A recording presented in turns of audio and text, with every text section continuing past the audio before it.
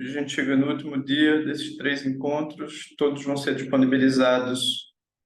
Eu não sei se no Instagram, não sei se cabe, ou no YouTube, Meditando Junto.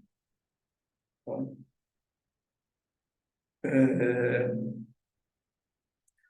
o nosso tema de hoje é a beleza, não é mesmo?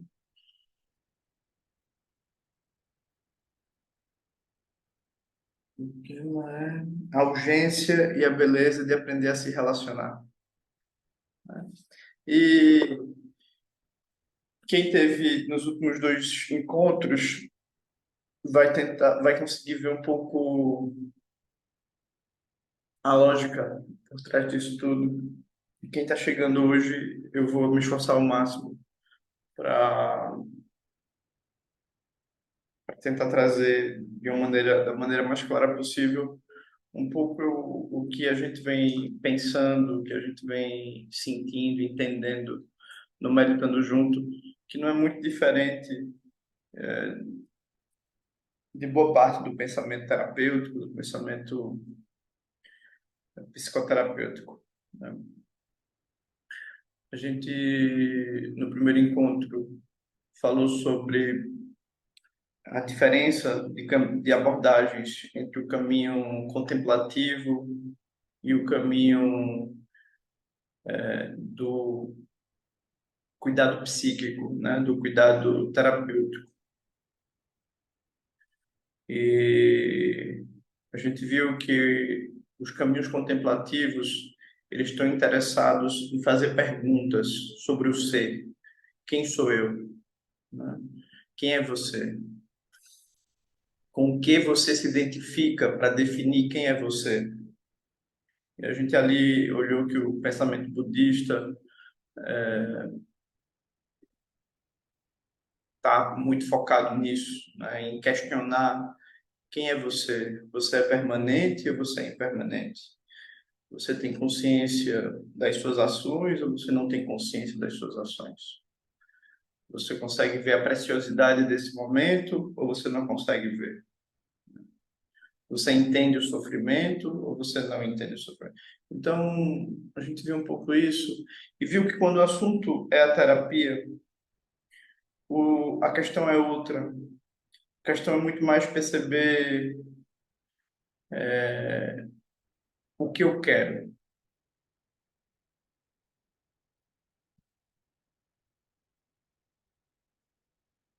O que é que eu quero? Qual é a minha correspondência, a minha coerência entre o meu sentir e o meu querer? E aí é que os caminhos terapêuticos vão surgindo, porque eles vão, né, desde o bom velhinho Freud, a gente percebeu que o que eu digo é diferente do que eu sinto, e eu às vezes não sei o que eu sinto, porque há outras dimensões do meu ser que eu não percebo.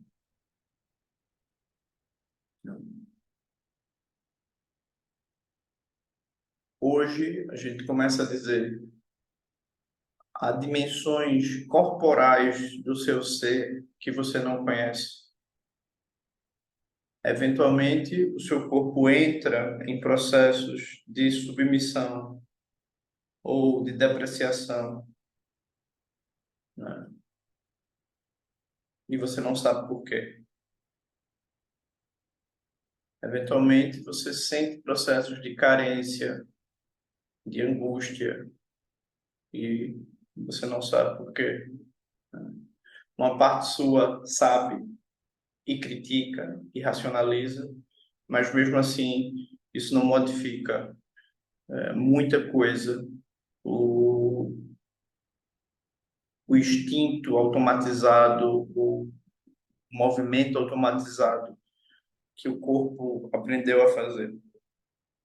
E aí, nesse sentido, a gente falou ontem sobre a compulsão e a adição, um pouquinho de leve sobre a procrastinação, e a gente viu que essas são partes que tentam é, vingar ou restabelecer uma corporalidade, uma sensação de prazer ou de alívio ou de relaxamento quando o meu eu aprendeu a se associar a visões muito estritas, muito duras, muito dis-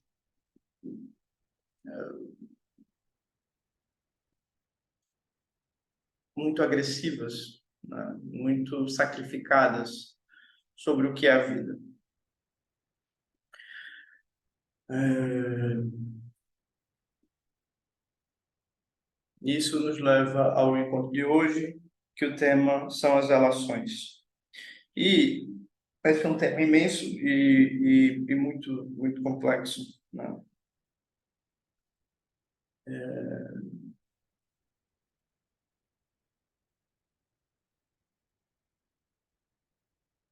E ele começa com, se a gente for falar, como a gente disse ontem, né? Vivemos numa cultura traumatizada, vivemos num mundo completamente traumatizado, onde as nossas potencialidades são restritas, são restringidas por uma série de contingências, pela não presença da mãe, pela não presença do pai, né? Pelo não reconhecimento afetivo da mãe, pelo não reconhecimento afetivo do pai, pela falta de um olhar, pela falta de um olhar que regula, que diz, tá tudo bem, eu tô aqui, vamos mais para frente. Tá tudo bem, eu tô aqui, vamos mais para frente. Essa é a expectativa biológica, né, que a gente não tem. Aqui, eu garanto a vocês, ninguém tem, porque a nossa cultura é traumogênica, ela se dá, a nossa diversidade se dá a partir das nossas feridas. E o bonito disso é que a nossa cura também vem daí, né? E talvez isso seja o que é ser humano, é a capacidade de se ferir e de se curar. É,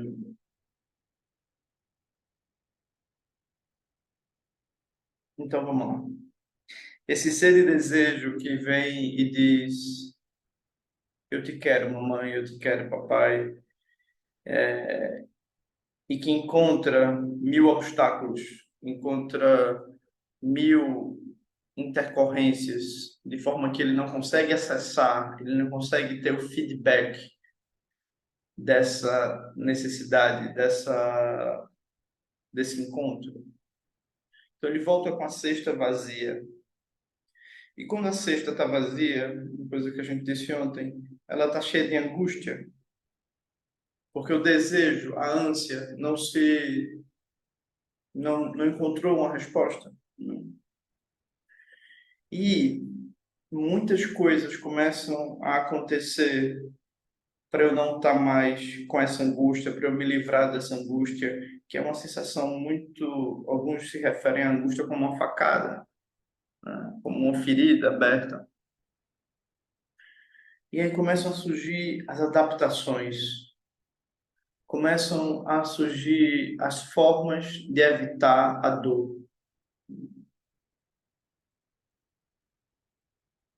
A criança começa a descobrir, a investigar como é possível evitar a dor. E quando eu digo isso é menos um processo do intelecto e é mais um processo corporal, é mais um processo que inclui a mente, mas é um processo inteiro, né?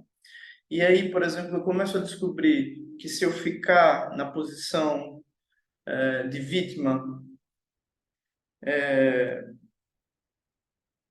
eu consigo amenizar a angústia, porque eu resolvo os problemas de querer e não ter, dizendo, eu não sei, sempre é assim comigo, sempre acontece isso comigo.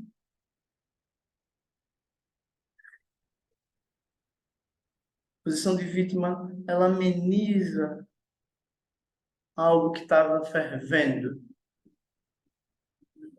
ao que estava queimando, que era a constatação de que houve uma agressão, uma negligência, uma ruptura. Talvez ruptura seja a palavra mais apropriada, porque se a gente for olhar as famílias, são padrões que vão se somando um após o outro, né?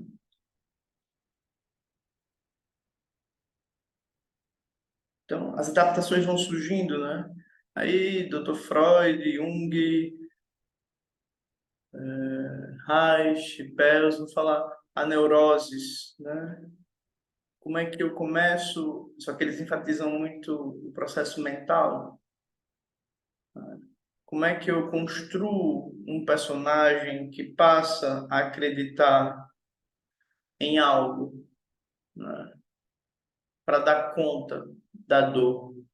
E aí isso é curioso, como o lugar da angústia é muito intenso,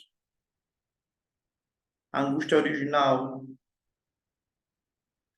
as adaptações, elas podem ser muito difíceis, mas elas são menos dolorosas que a primeira angústia. E aí o eu começa a ter, você começa a ter posições ou é, pontos internos que aliviam a angústia, mas que se esqueceram dela. Então, por exemplo, pode surgir o estado de vítima, que é uma forma de acalmado.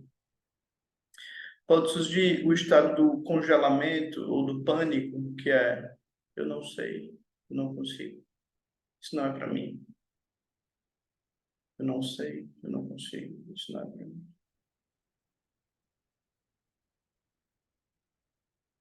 Pode vir o estado da carência, propriamente dita, que é por favor, fica comigo, eu amo você, eu acho que é você, não é você?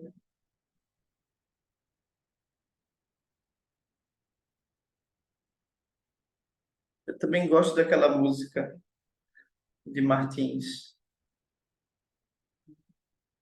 é você.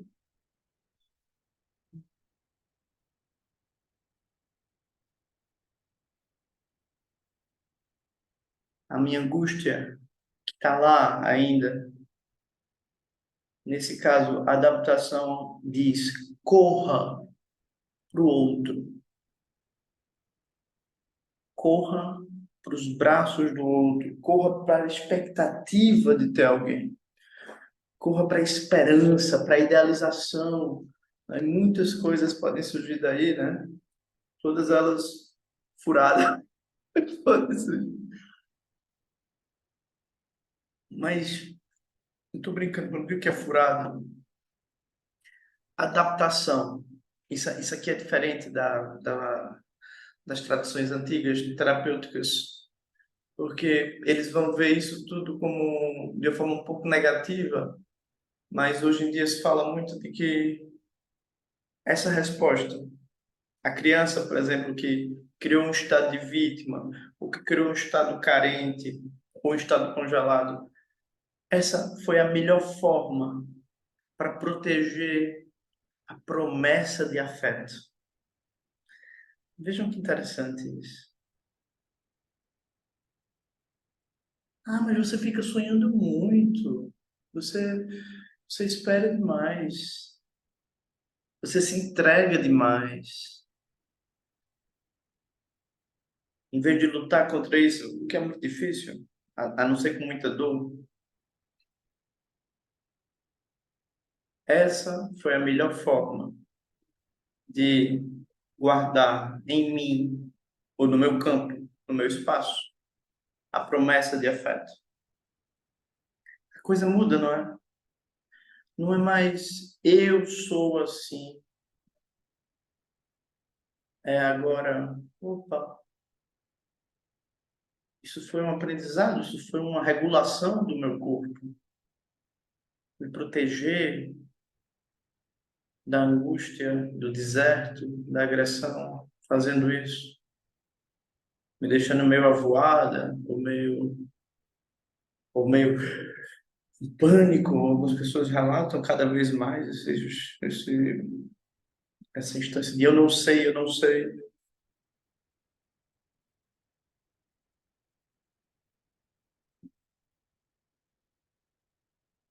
Mas não só existem esse, né? Existem outros estados. Por exemplo, há momentos, há partes nossas que dizem, eu não tenho tempo para isso. Eu não tenho tempo para pensar numa relação. Eu preciso trabalhar, eu preciso seguir a vida, né? Essas partes elas passam a priorizar uma ideia de que a vida se dá a partir do meu esforço, da minha luta, e elas se dão, e quando elas vão se relacionar, elas se colocam como provedores, como cuidadores da relação, como aqueles que vão cuidar, que vão, né? A princípio elas não se importam muito com o tema, mas não é verdade, não é verdade. Todos e todas são flechados por esse tema. Então, nas adaptações à angústia, surge também luta, esforço, uma posição de ou negar a existência desse tema ou de se colocar numa posição superior. E são aquelas pessoas que vão dizer: eu fiz tanto por essa pessoa e olha o que aconteceu. Ou se ela quiser entrar no processo mais deprimido, eu fiz tanto e mesmo assim não funcionou.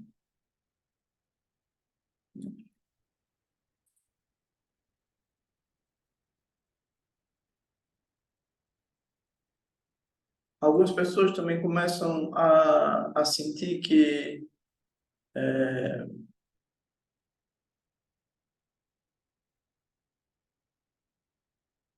a luta, né, não é suficiente. Então, vocês vão ver pessoas que têm uma...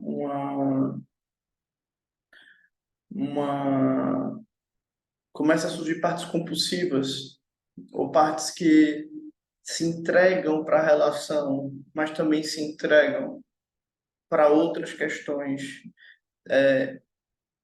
sempre um pouco mais, de forma que a relação vai ficando como um apêndice de outros tipos de processos, né? Mais compulsivos, mais aditivos, né? Isso também vai surgindo. Mas o que é tudo isso? O que é tudo isso? Isso tudo são adaptações à angústia. E qual era essa angústia? Era de querer mamãe, papai, amorosamente perto, dinâmicos, interessados. É assim, é biológico.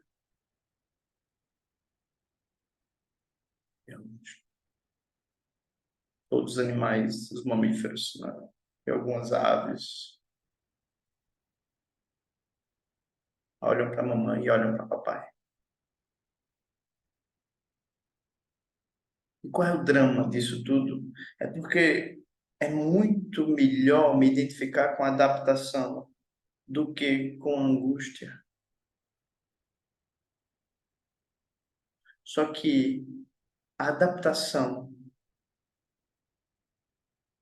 sempre encontra a angústia.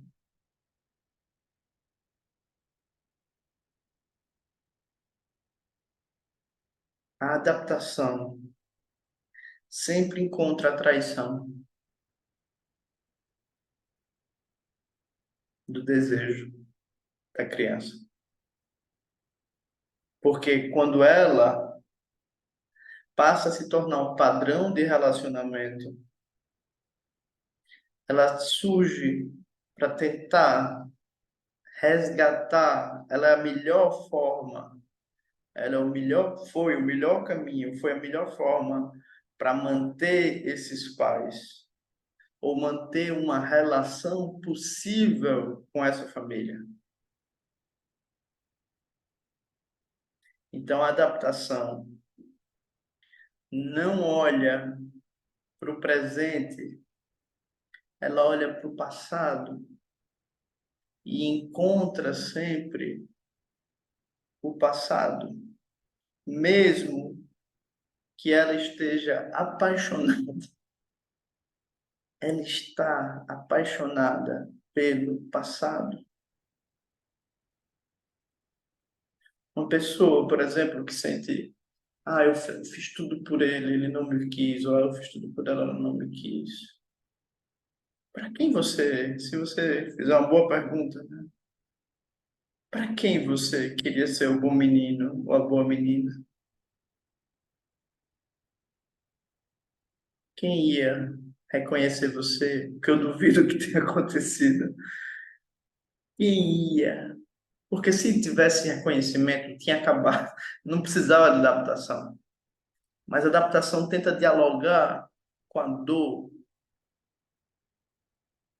Ela tenta amenizar a dor, que é buscar algo que não está lá.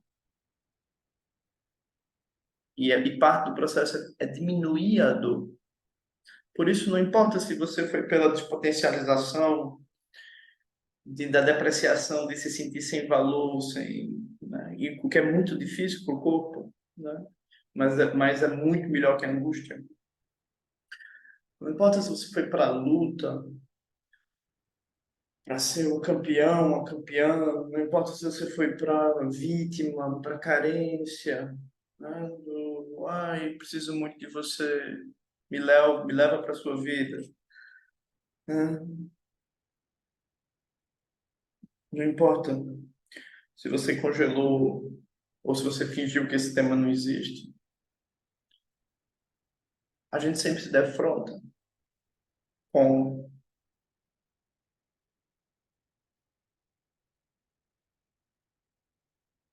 com a traição.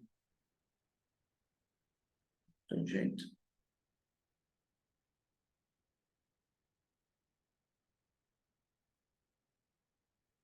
E é curioso porque essa parte, que é uma adaptação, ela não é uma angústia, mas ela também não é um adulto. O bom menino não é um adulto. A pessoa que faz tudo certo não é um adulto. A pessoa que está em pânico também não. A adaptação, ela sobrevive, mas ela sobrevive como uma criança. E ela joga, mesmo que as crianças sabem jogar. Ela joga como uma criança para ter o amor dos pais. E crianças não podem se relacionar. Elas não têm corpo sexual. Só que essas nossas partes insistem, elas olham para os seres e dizem: você. Às vezes ela se apaixona pelo olhar. Isso é tão curioso, tão bonito, tão profundo e tão dolorido.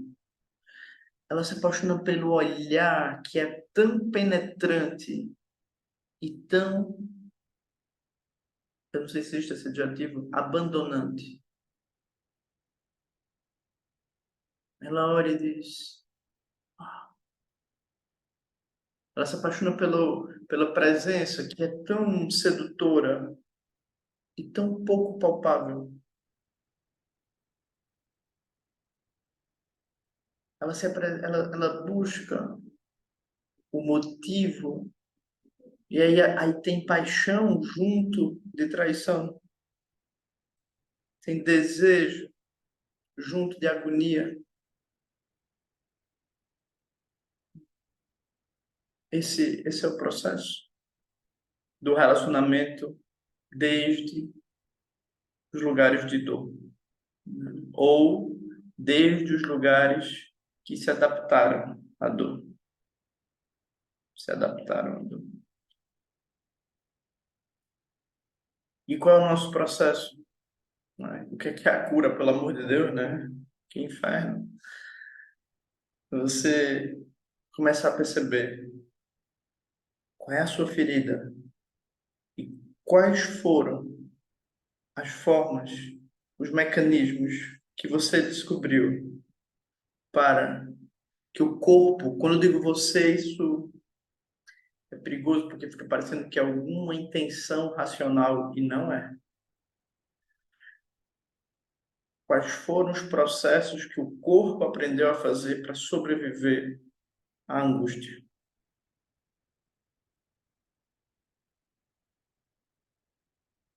Se você é heróico, o como você vem se sacrificando, o como você vem se tolhendo, se restringindo, se enrijecendo, se negando. Se você entra no lugar do pânico, o quanto você não está vivendo a vida, o sonho, a possibilidade de abertura, né?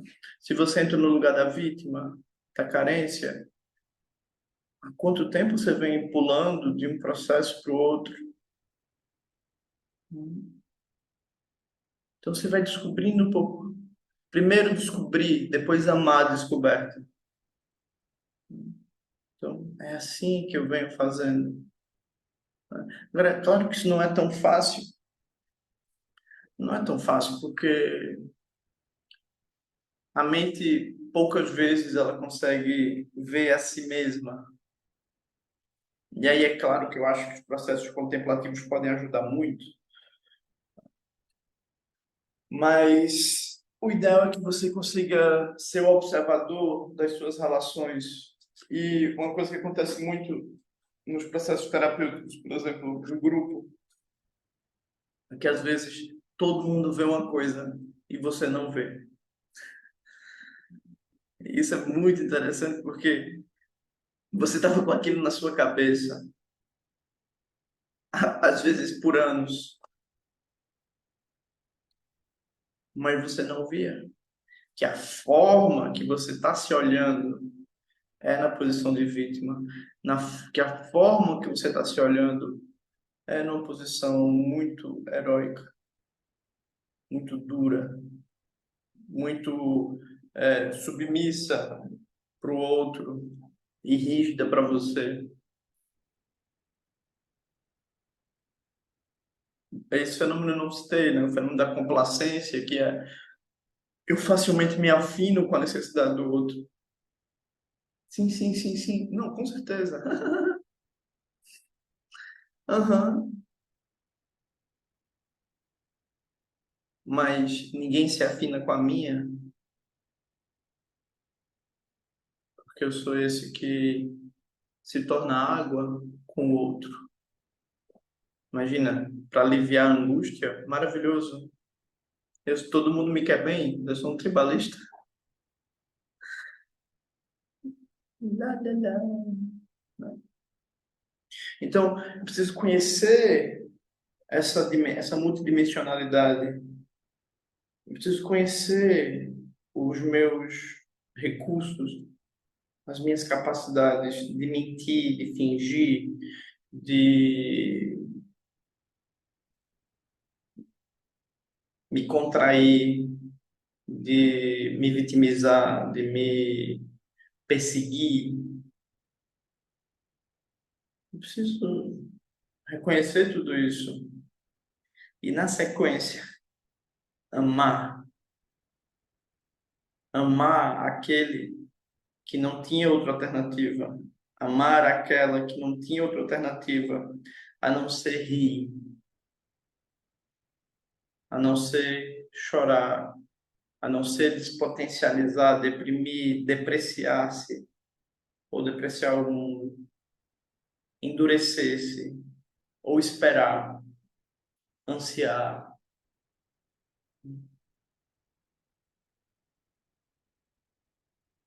E aí eu começo um trabalho de reintegração de posse. Eu começo um trabalho de restauração da percepção do amor comigo, porque agora eu não preciso mais ser um bom analista de mim mesmo ou um bom juiz de mim mesmo. Agora eu posso ser um bom, uma pessoa que ama de verdade, que começa o processo da vida se amando, amando o que surgiu depois da ferida e chorando, chorando a ferida, e sendo solidário, sendo companheira, companheiro daquele que foi ferido, daquela que foi ferida.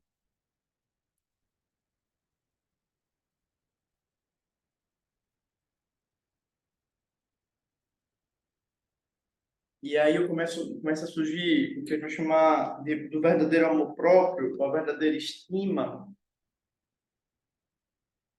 que é eu vejo o tamanho da, da, da, da abertura da ferida, eu vejo o tamanho, eu choro e eu oportunizo a ferida a ter uma companhia, o que ela não teve, e a expressar a agonia, a angústia, sem que eu tenha que me adaptar mais. Que eu consiga perceber tudo o que eu queria e eu não tive, ou tudo o que eu queria, não queria, me deram, e que eu consiga, nesse momento, oferecer o que essa criança não teve, que é um corpo adulto, solidário, amoroso, interessado. Esse processo é a forma de esvaziar as compulsões de realizarem suas tarefas. Ops, não só as compulsões, mas todas as adaptações, todos os personagens, eles não precisam mais seguir o script da sobrevivência à dor quando eu estou no lugar que foi ferido, que foi machucado.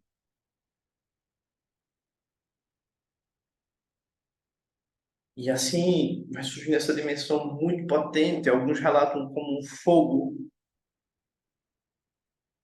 como um verdadeiro fogo de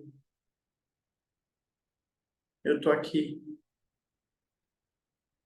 eu admiro essa que está aqui. Eu admiro as adaptações que eu tive que fazer para estar aqui. Eu não me ataco mais, eu não me grito mais, eu não me estranho mais. Né? Eu só estou aqui.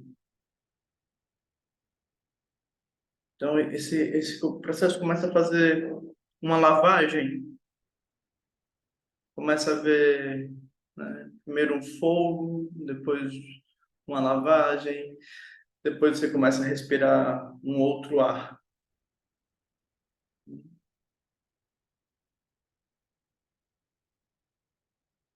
Você começa a construir outra terra, esperar outra coisa das relações. A gente começa dessa forma a se relacionar não mais desde as nossas adaptações, mas desde o nosso amor por nós, nosso amor verdadeiro, nosso amor inteiro. O amor vira mais caminhada, menos jogo, menos filme e mais ao vivo. E isso é a cura. E, sinceramente, eu acho que é aí que a pessoa deve começar o caminho espiritual. Porque antes disso, a gente se confunde muito. E a gente termina se adaptando e colocando muitas coisas na cabeça que não nos ajudam de verdade.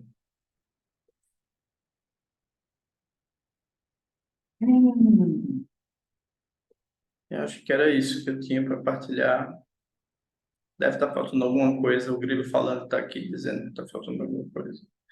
Mas eu imagino que se está faltando, vocês vão me apontar. Agora a gente tem algum tempo para perguntas. E se me vier aqui alguma coisa, eu trago. Vocês acham que está bem assim, que está claro?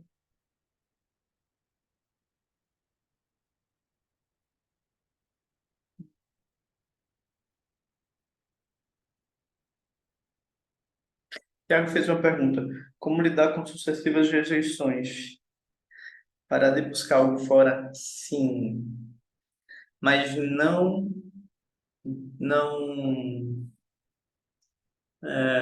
Me lembrei de uma coisa que eu queria partilhar. Mas não rejeitar aquele que busca.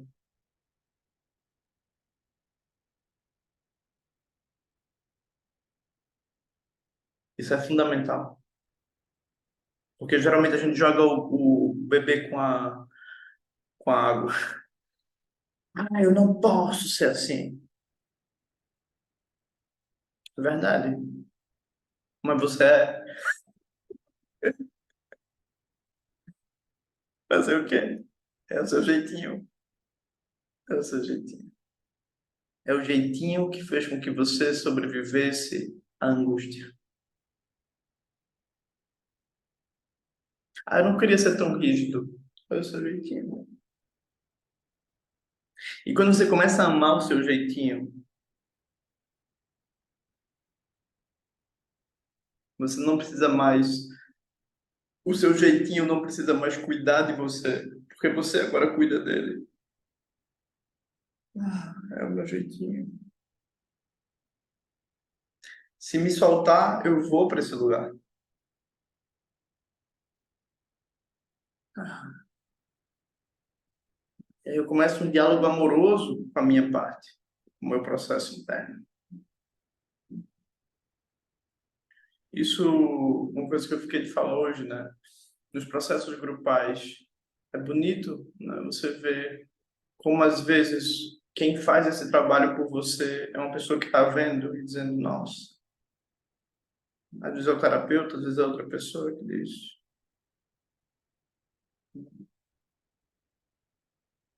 como você vem sendo duro,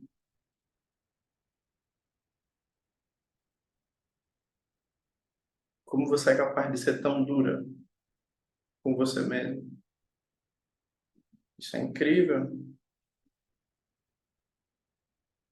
incrível você poder perceber pelo olhar de outra pessoa. Então, Tiago, não rejeitar aquele que busca, mas buscar também não é a resposta, porque quem busca é a criança, em busca do colo, do olhar, do carinho, da nutrição que não teve, para aplacar a angústia que tem que ser revivida com amor. Cecília vai ficar disponível, claro. Disponível, sim. Maíra, como saber que estamos no caminho certo desse amor? Eita, Maíra, pergunta boa. No caminho certo desse amor, a primeira boa relação é comigo, minha satisfação comigo, com as minhas partes, ser capaz de chorar comigo, ser capaz de me comover comigo, ser capaz de ver o que acontece comigo em relação, e não só na relação amorosa, mas nas relações coletivas, né? O que acontece comigo? Quando eu olho meu pai, quando eu olho para minha mãe, quando eu lembro, se eles já não estão mais aqui, eu realmente acho bom, né? A gente ter um mapa. O que acontece comigo?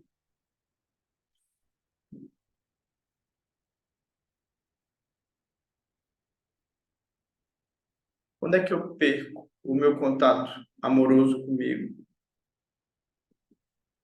Eu conheço esse contato amoroso.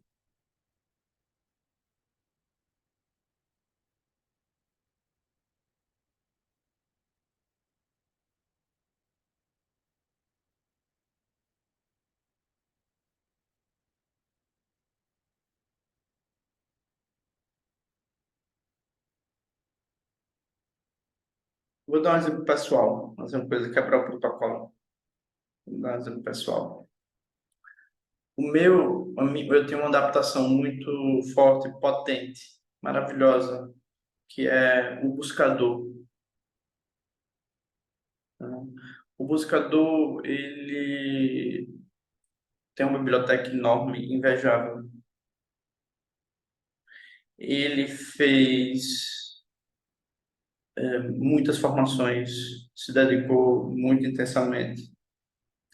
E o melhor sinal de que a minha saúde relacional estava melhor foi quando o buscador disse: Eu estou cansado, eu não quero mais fazer nenhum curso,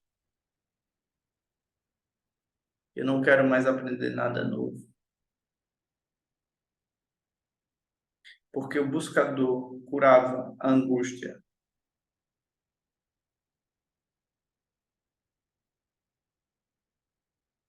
se colocando numa posição de heróica. Eu tenho que saber disso, isso vai ser importante para mim.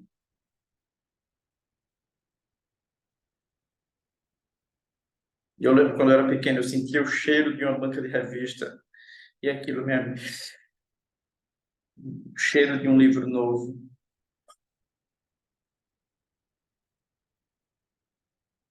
Que sede, que dor.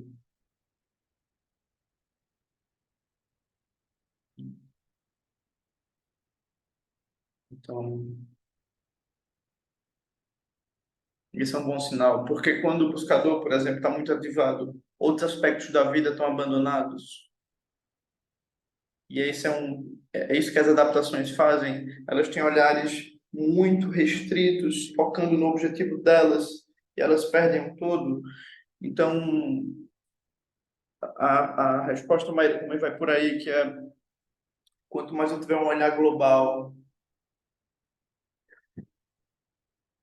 mais tá tudo bem. Quanto mais eu tiver com um foco muito específico, muito estreito na minha vida, pode ser um sinal de que uma adaptação está cuidando de mim, né? Me diz se faz sentido, tá? Tanto Tiago quanto Meira. Lu, existe algum grupo de vocês que foca nessa jornada de treinamento de entendimento das adaptações e compulsões? Se existe algum grupo, sim, existe, mas não é curso. São grupos selvagens, onde você está no grupo e você vai se relacionar com outras pessoas, eventualmente mulheres, eventualmente homens, homens, mulheres, só mulheres. E ver o que é que acontece com você em relação. O que é que acontece quando você está com uma pessoa manifesta algo, o que é que surge, né? E aí, é um trabalho bonito. Eu particularmente gosto muito de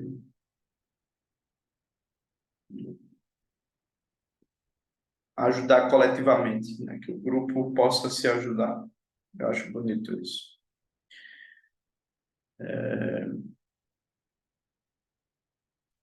E uma coisa assim importante, sabe? Não, isso não é um processo confortável,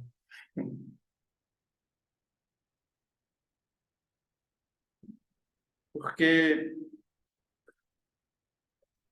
a adaptação criou um conforto para sobreviver à dor e você precisa mostrar para ela que, nesse momento, tanta intensidade, tanta ânsia amorosa de você por você, que você pode voltar para a angústia.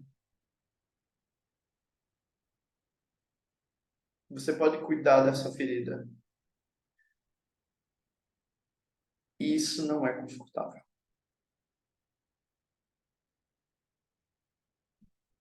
Então, em todos os processos terapêuticos, vão haver momentos assim, né? Se a terapia não está andando, desconfie de que talvez haja uma parte ali que está adaptando o jogo.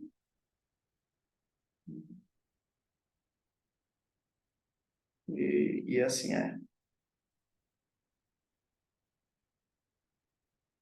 Isso, começa a amar o nosso jeitinho, com certeza.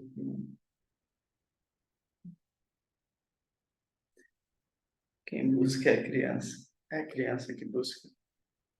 E encontra a dor, que é o que ela conhece. Ela tem familiaridade com isso.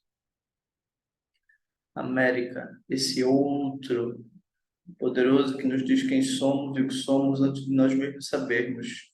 E ter essa lucidez do eu e não eu é complexo. Acho que nisso me perco ainda, porque muitas filosofias juntam o eu e o não eu, que não tem, quem não tem dualidade. Muito bom, só de ouvir isso já sinto alívio e esperança. Isso, alívio e esperança, duas palavras lindas. É isso que a gente precisa. A gente precisa de muito trabalho de comunidade, de muito trabalho de reparação. Por quê? Isso no grupo a gente vê, na terapia individual vocês vão ver também. As adaptações são maravilhosas, mas elas não trazem felicidade. Passar o dia todo me sentindo vítima, talvez eu veja muitas séries esse dia, mas isso não é a felicidade. Fazer tudo certinho, sem ousar, seguir a regra, ou ser muito complacente, amoroso e submisso. Ai, isso não traz a felicidade. Ou mesmo eu dizer, ai, tu me ama, sim, eu te amo. Isso não é a felicidade.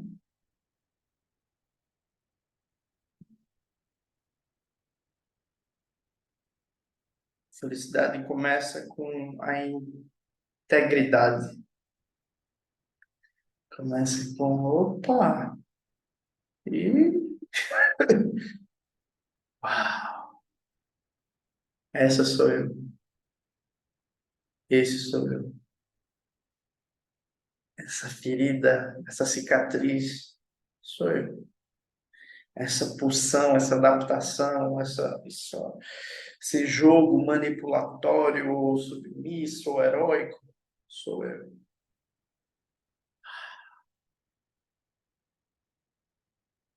Eu não sou o jogo, eu não sou a ferida. Eles me pertencem como processo, como vivências. Mas aí a gente se aproxima muito mais das tradições contemplativas. Quem é você? Aí vocês pegam Rumi, ou Kabi, ou Márcia Baja, elas vão se referir, eu sou o amor cósmico, que nunca viveu nem nunca morreu. Ou Janaína Portela também.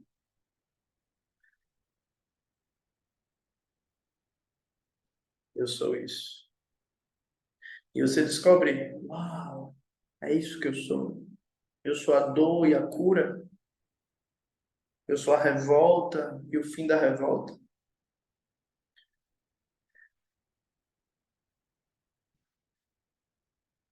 Eu tô para jogo. Eu tô para jogo. Eu tô para jogo com a vida.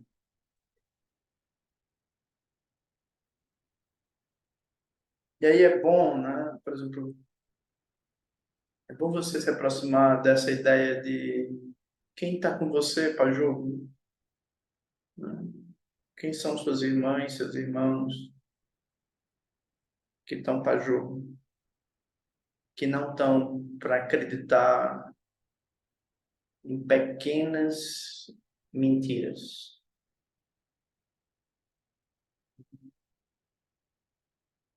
Isso é importante.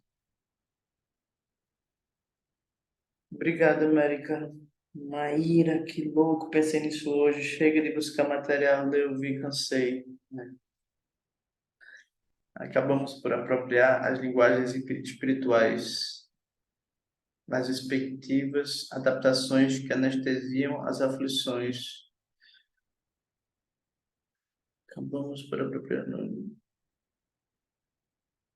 Sim, você pode pegar o caminho espiritual para adaptar o ego, né? Isso não está errado, mas não resolve, porque fica dentro do seu jogo e não provoca você. Essas tradições contemplativas, elas são provocadoras, elas vivem na provocação.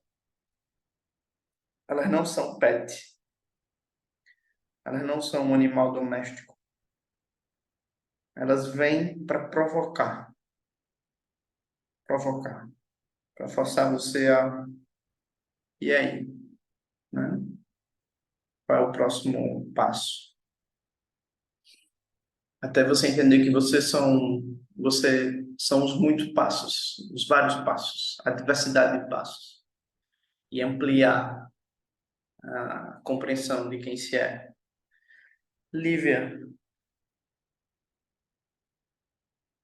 não, Maíra, tenho a impressão de que o sinal do caminho seja quando a adaptação não te anestesia mais, sim, ou não tem mais necessidade de jogar, ou de cumprir algum medo. Toda adaptação tem medo por trás, medo que a angústia volte, né?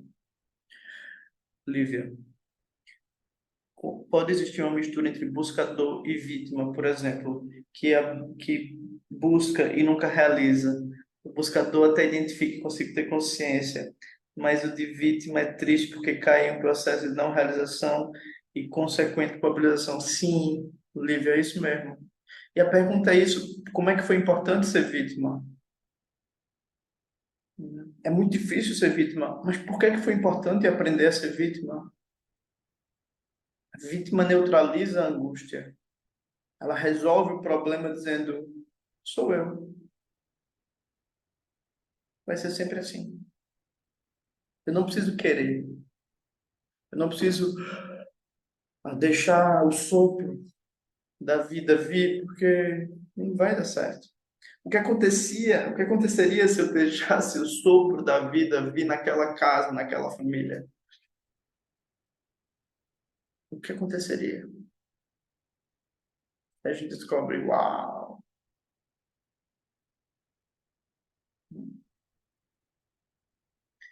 uau, muito melhor ser vítima. Muito melhor não acreditar. Muito melhor acreditar que vai ser pior para mim. Porque assim eu não preciso querer e me frustrar. Eu mesmo me frustro, não é ninguém que me frustra. Então o estado de vítima, ele ajuda muito a nossa vida. Muito. Mas a nossa mente racional não gosta muito dele. Tem muita dificuldade com ele.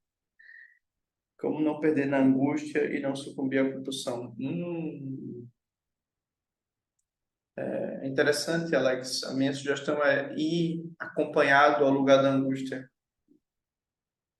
Porque se você vai de mãos dadas com ela, ou melhor, com alguém, ou com o apoio de alguém, você vai lá e diz: eu quero falar disso, eu quero olhar para a dor dessa ferida,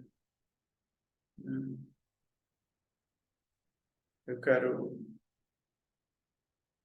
trazer isso, a dor da rejeição, ou a dor da decepção, né? Ou medo. Eu quero olhar isso. Se você vai aí, né, acompanhado e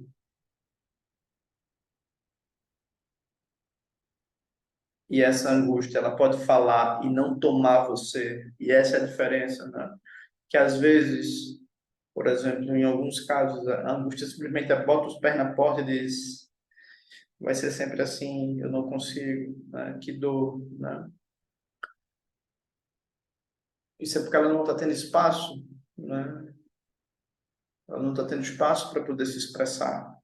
Uma parte racional e crítica, o que toca a vida, não dá espaço para ela. E aí, nesses casos, a compulsão vem para dizer: opa, seus problemas acabaram. Eu cheguei, tá tudo bem. Mas eu preciso visitar a angústia, o que é diferente de ser tomado por ela.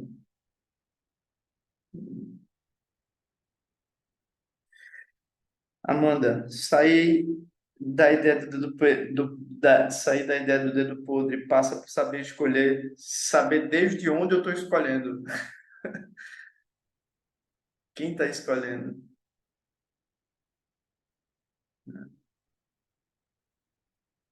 Uma pessoa veio me disse, a nossa,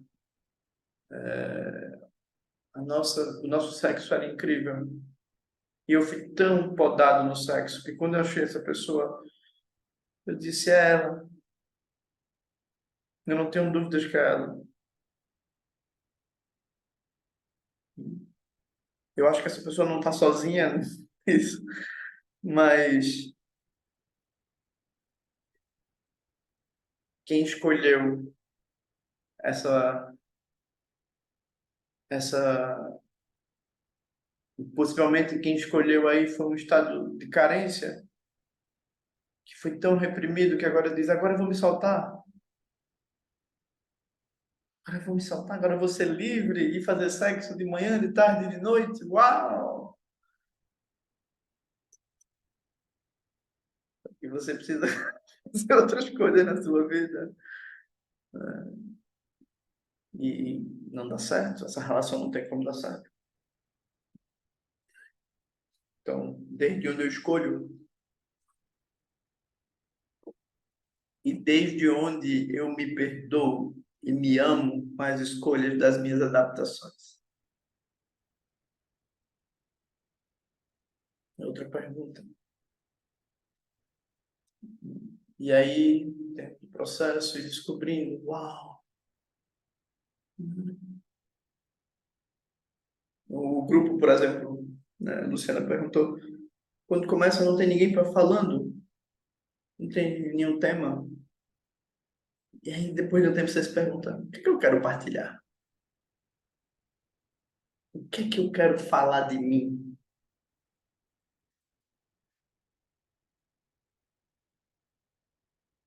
Quem sou eu? Né? Na terapia também, depois de um tempo, né? Mesmo uma psicanálise tradicional, né? Depois de alguns anos você começa a se perguntar, por que eu estou falando de mim assim ainda aqui?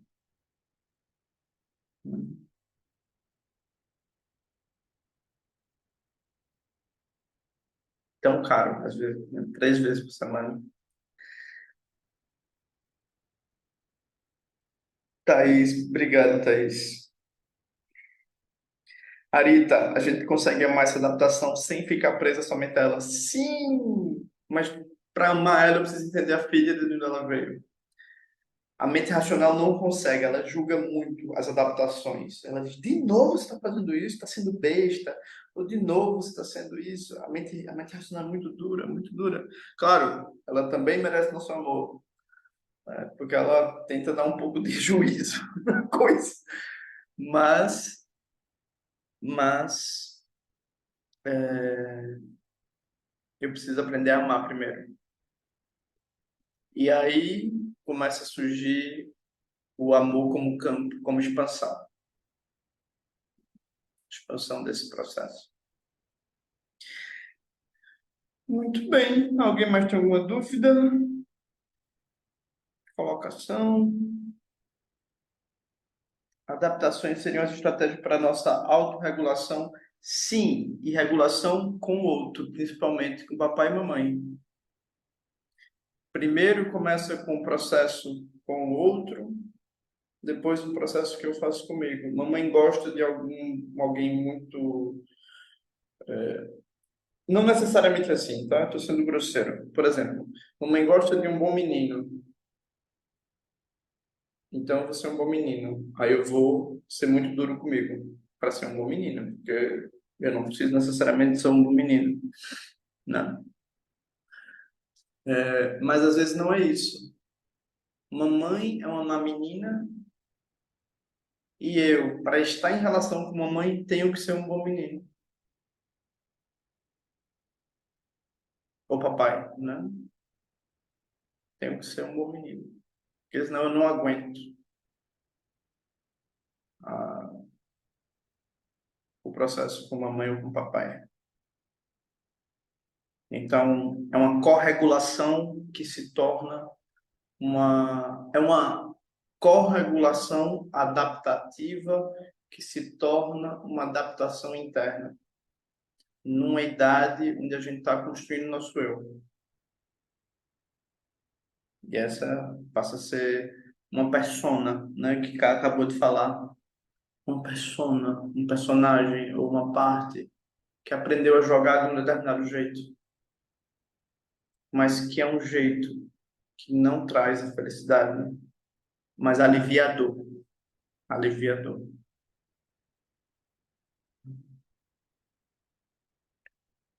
Hum, América. João, dá um exemplo dessa parada com a compulsão de edição. Qual parada? Me diz.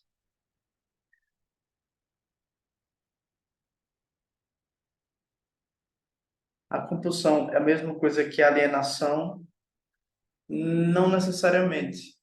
A alienação, a dissociação também é um processo de regulação, onde eu não estou aqui, não é comigo, eu não tenho necessidade de saber. Vocês vão ver muito isso com os homens. Os homens, mas eu não sabia,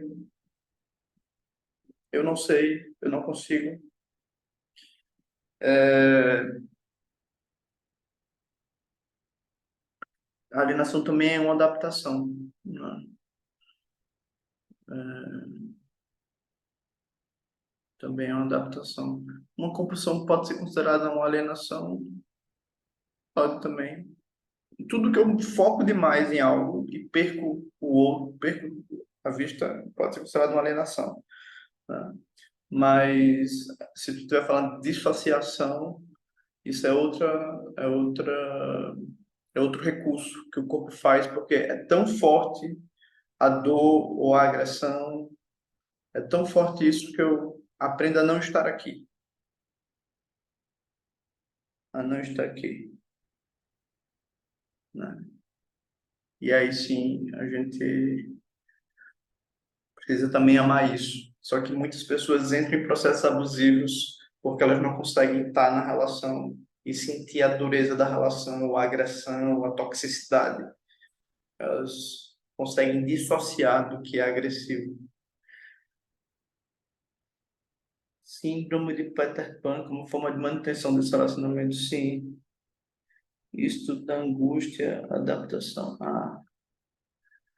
É,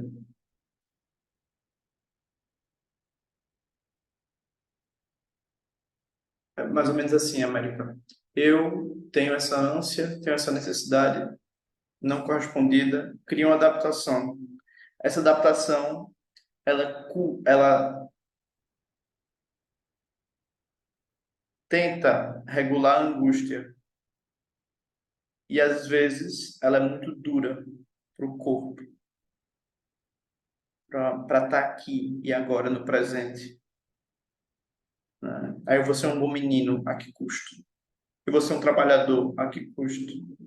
Eu vou negar um aspecto meu para poder ser amado.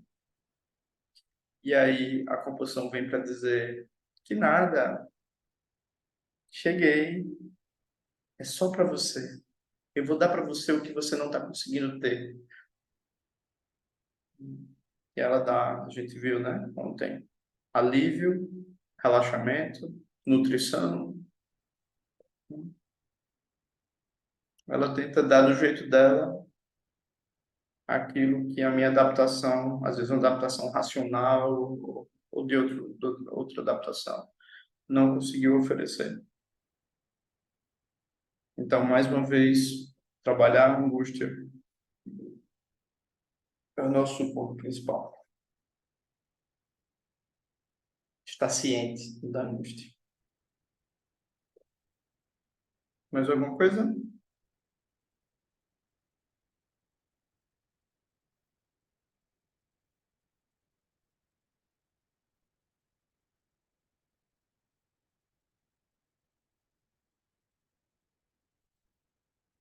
E para a minha alegria, porque a gente posso. E como seria esse processo de encontrar essa dor primária? É a mesma dor que você sente, que as adaptações sentem, ou que você sente numa relação. Essa é a dor primária. né? Ela retorna. Ah, eu fiz isso, mesmo assim, algo retorna. Algum tipo de angústia retorna, né? E eu preciso deixar que essa angústia, de alguma forma, fale. Como ela é? É uma excelente pergunta, Rita. De onde é que ela vem? Como é, né? Isso. E aí ela começa a se expressar, e quando ela se expressa, a gente começa a se emocionar, porque a gente começa a ter uma dimensão do que foi essa dor. As adaptações não têm essa dimensão, elas só lutam, elas só sobrevivem. Mas quando você está num processo atento, você começa a se emocionar com a sua história. É muito curioso, né? Emocionar com a minha história, sensibilizar com a sua história. Nossa, uau! E isso não é vitimismo, isso é compaixão pura, mas num nível mais profundo. Posso chamar as doenças psiquiátricas de adaptações rotuladas? Pode, com certeza.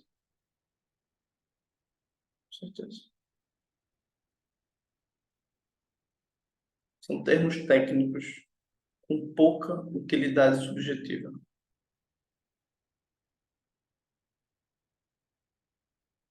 Eles ajudam a pensar, em alguns casos, processos químicos que ajudam bastante, mas sem um processo subjetivo, aquilo não é reintegrado no corpo, na psique. Não basta tomar o remédio. Muito bem. Então, vou falar do meu agradecimento para vocês. A gente divulgou isso na sexta-feira e eu que agradeço, gente. E eu disse que quero fazer antes da lua crescente. E, e eu acho que quanto mais na nossa vida a gente puder ter momentos assim de partilha, de cura, né, de propostas, de provocações, quanto mais eu tiver disso, eu tenho um karma horrível para os astrólogos e astrólogas e astrólogos. Eu tenho um Plutão de casa 5 que me faz ser uma pessoa extremamente interessada nas profundidades e nos infernos, nessas coisas. E partilhar isso, sair desses lugares profundos para partilhar, é fundamental para mim. E não só para mim, mas eu imagino que vocês também, né? Porque nós somos seres de partilha, nós somos seres de encontro, nós somos seres de reconhecimento mútuo. Então, eu realmente acho que quanto mais eu tiver processos assim na nossa vida, melhor. É muito fácil se isolar e acreditar na narrativa de trabalho, na narrativa ideal e não cumprir a narrativa ideal e ficar mal porque não cumpriu a narrativa ideal. É muito fácil. O mundo é para isso. Curtir meme o dia todo. É um pesadelo engraçado, mas não é felicidade. Então, acho que a gente precisa realmente se perguntar, né? Unir antigas contemplações, não domesticar os caminhos espirituais, provocar os nossos processos terapêuticos para que sejamos coerentes com a nossa integridade, com a nossa presença no mundo, né? Muito bem. Vai ficar disponível, eu não sei se é no YouTube do Meditando Junto ou no Instagram. Eu não sei ainda. Vou falar com os universitários.